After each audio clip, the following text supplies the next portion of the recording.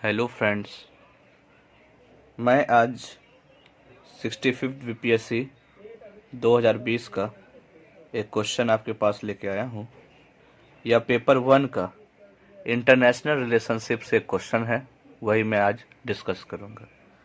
Question है, mission शक्ति के साथ भारत विश्व की चौथी सबसे बड़ी अंतरिक्ष शक्ति बन गया है। इस कथन पर चर्चा कीजिए। फ्रेंड्स, हम लोग को पता था कि 27 मार्च 2019 को मिशन शक्ति लॉन्च किया गया, जिसके वजह से भारत में क्या हुआ कि ये चौथा स्थान, मतलब कि चौथा ऐसा देश हो गया जो अंतरिक्ष पे ऐसा कार्य किया है। तो अब हमको इसके बारे में चर्चा करना है। तो क्वेश्चन ये current affair IR international relationship का ये करंट अफेयर से पूछा गया है। तो इसमें पहले हम लोग इसके बारे में बताएंगे कि ये मिशन शक्ति क्या है, कैसे क्या हुआ। फिर उसके बाद भारत के लिए मिशन शक्ति का क्या महत्व है उसके बारे में डिस्कस करेंगे। फिर क्या क्या चिंताएं, क्या प्रॉब्लम आ सकती है उसके बारे में, और अंत में निष्कर्ष की ओर चलेंगे कि इसका क्या निष्कर्ष होगा। तो फ्रेंड, अब आगे डिस्कस करते हैं कि इसमें कैसे और क्या लिखना है। 27 मार्च 2019 को अंतरिक्ष में सैटेलाइट को एंटी सैटेलाइट मिसाइल से निशाना बनाने वाला भारत दुनिया का चौथा देश बन गया है। अभी तक यह उपलब्धि अमेरिका, रूस और चीन के नाम रही है, लेकिन इस कामयाबी के बाद अब भारत भी इन चुनिंदों देशों के क्लब में शामिल हो गया है। भारत की यह उपलब्धि रणनीतिक एवं सामरिक रूप से काफी अहम है।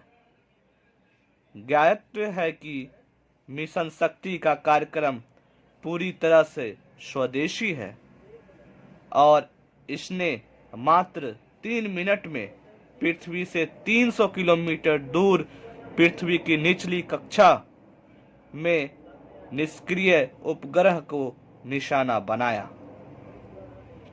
इस उपग्रह को नष्ट करने के लिए 3 चरणों वाली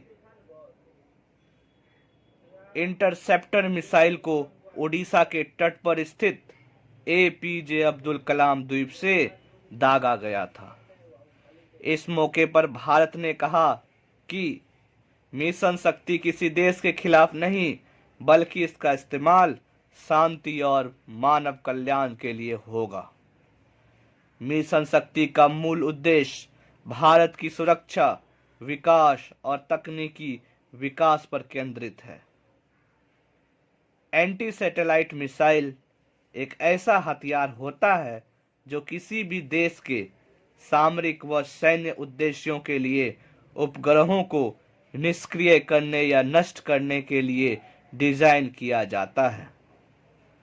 भारत में इस मिसाइल का विकास डीआरडीओ और इसरो ने मिलकर किया है। एंटी सैटेलाइट मिसाइल सिस्टम अग्नि मिसाइल और एडवांस एयर डिफेंस सिस्टम का मिश्रण है। उल्लेखनीय है कि एंटी सैटेलाइट टेक्नोलॉजी का विकास उस समय हुआ जब अमेरिका और रूस के बीच शीत युद्ध जारी था। इस तरह के हथियार विकसित करने की शुरुआत अमेरिका ने 1950 में की थी। 1960 में रूस ने भी इस पर काम शुरू कर दिया था। चीन ने 2007 में एंटी सैटेलाइट मिसाइल का परीक्षण किया था, जिसके बाद पूरी दुनिया को अंतरिक्ष में हथियारों की दौड़ शुरू होने की चिंता सताने लगी थी।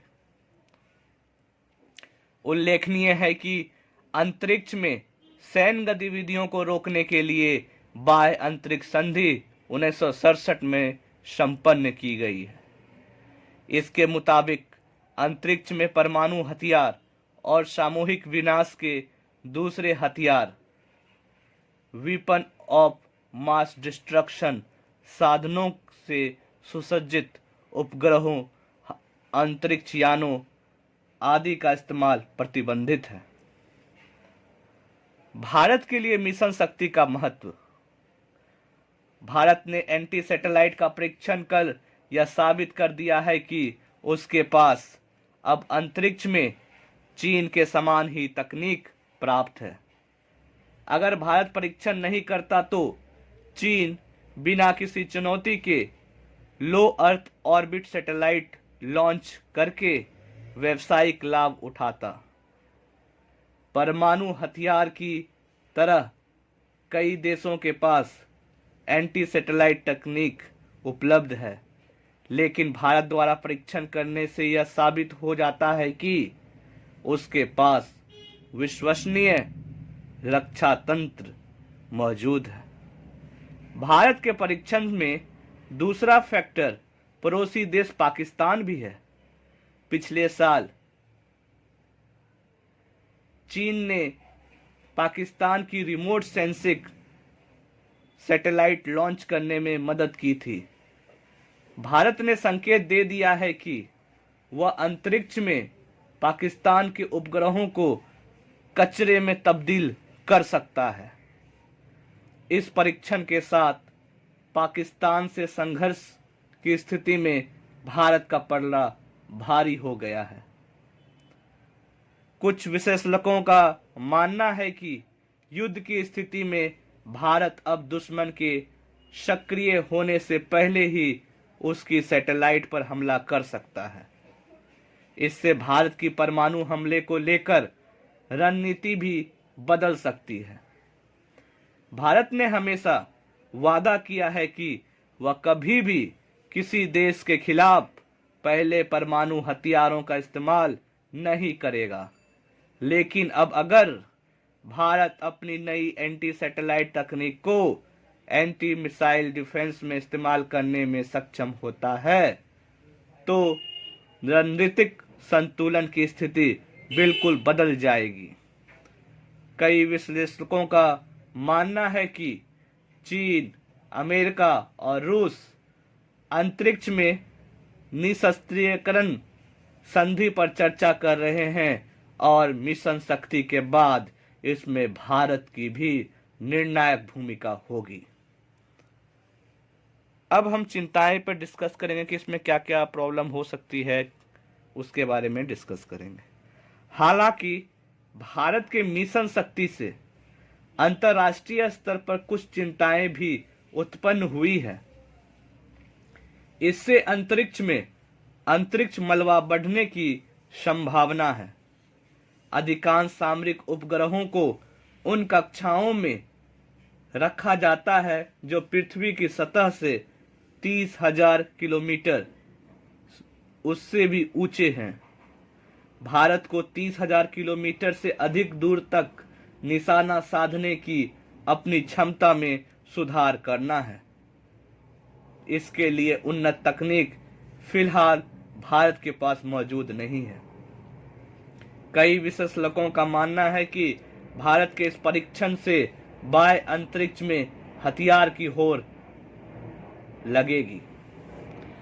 फ्रेंड्स, अब हम निष्कर्ष की ओर चलते हैं कि इसका क्या निष्कर्ष हो सकता है। अंतरिक्ष विज्ञान के क्षेत्र में भारत ने निरंतर प्रगति की है। कई मामलों में साबित कर दिखाया है कि दुनिया के किसी भी विकसित देश से वह पीछे नहीं है। बहुत कम समय में भारत के अंतरिक्ष वैज्ञानिकों ने अपनी तकनीक विकसित की और उपग्रह प्रक्षेपण के क्षेत्र में अग्रणी देश की कतार में भारत को खड़ा कर दिया है।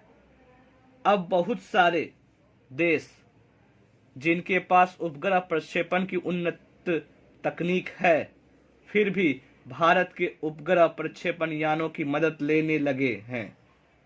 इस तरह उपग्रह प्रक्षेपण कारोबार में भारत तेजी से आगे बढ़ रहा है। इसी प्रगति के उल्लेखनीय उपलब्धि मिशन शक्ति है। रक्षा अनुसंधान एवं विकास संगठन द्वारा पृथ्वी की निचली कक्षा में भ्रमण कर रहे उपग्रह को निशाना बनाकर यह संदेश दिया है कि भारत अपनी उपग्रह संपदा की रक्षा करने में सक्षम है और अगर कोई दूसरा उपग्रह उसके उपग्रह पर घात लगाता है तो उसे पृथ्वी की सतह से निशाना बनाया जा सकता है। इससे भारत की अंतरिक्ष अनुसंधान के क्षेत्र में ताकत और बढ़ गई है। इस प्रकार जिस देश के पास यह तकनीक होती है, माना जाता है कि युद्ध होने की स्थिति में वह अतिरिक्त लाभ की स्थिति में होता है। ऐसी तकनीक दुश्मन के लिए किसी भी सैटेलाइट को जाम कर सकती है या नष्ट कर सकती है। ऐसा करने पर दुश्मन को अपने सैनिकों के मूवमेंट या परमाणु मिसाइलों की पोजीशनिंग करने में परेशानी आ सकती है। भारत के इस तकनीक को हासिल के लिए चीन या पाकिस्तान से युद्ध होने की स्थिति में यह एंटी सैटेलाइट मिसाइल देश का सबसे बड़ा हथियार साबित होगा। तो फ्रेंड, मैंने ये क्वेश्चन डिस्कस किया मिशन शक्ति के साथ भारत विश्व का चौथा सबसे बड़ी अंतरिक्ष शक्ति बन गया है, इस कथन पर चर्चा कीजिए। तो यह हमारे देश के लिए बहुत ही अच्छी बात है और हमने इस क्वेश्चन को अच्छे तरह से डिस्कस किया है। तो फ्रेंड्स, मिलते हैं अगले क्वेश्चन के साथ। तब तक के लिए thank you and have a nice day.